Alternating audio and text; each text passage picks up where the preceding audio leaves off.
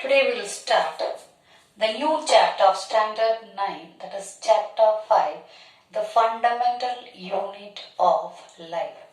Now let us see what is the fundamental unit of life.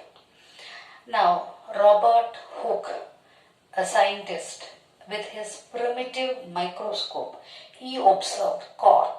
Cork means a part of a bark of a tree. And he saw some compartment-like structure that looks like honeycomb, and he named it as a cell.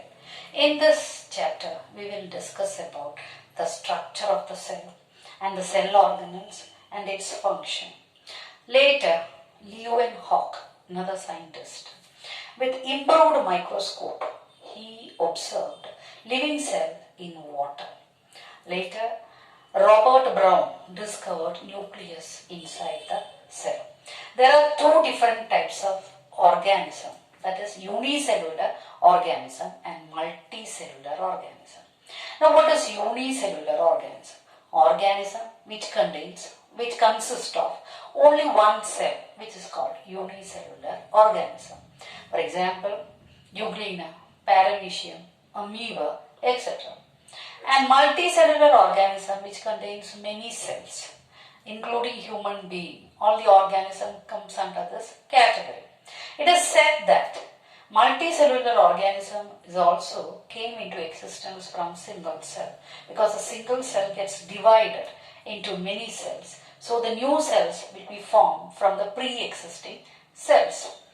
Now we will discuss about the structure of the cell. Before entering into detail, first we will discuss about the outer covering of the cell, that is called plasma membrane.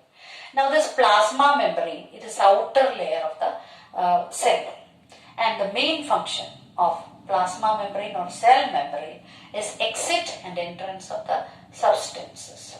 And this plasma membrane acts as a selectively permeable membrane.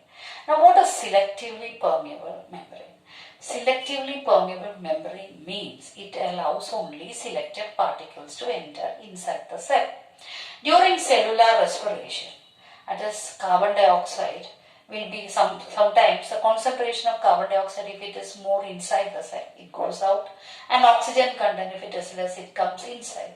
So this type of, that is movement through diffusion, it takes place through diffusion.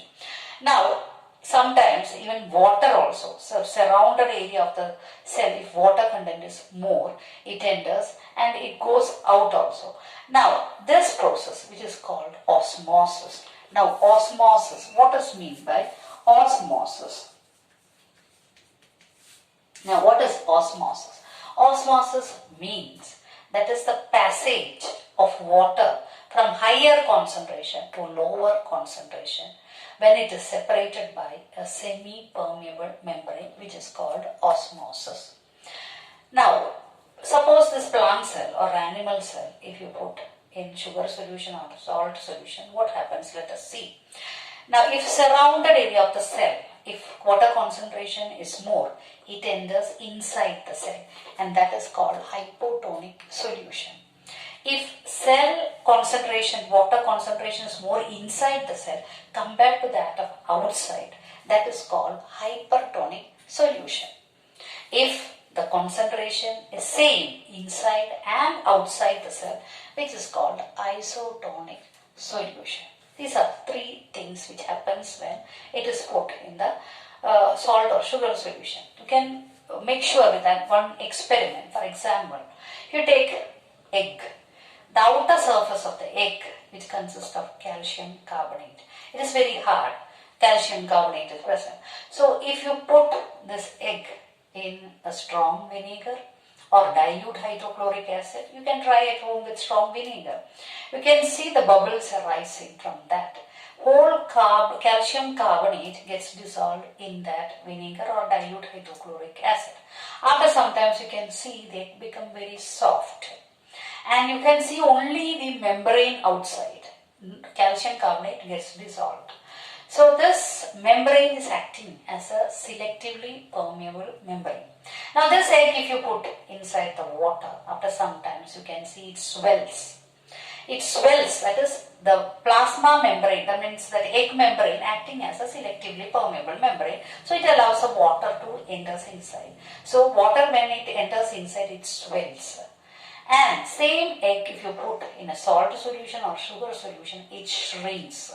Water goes out.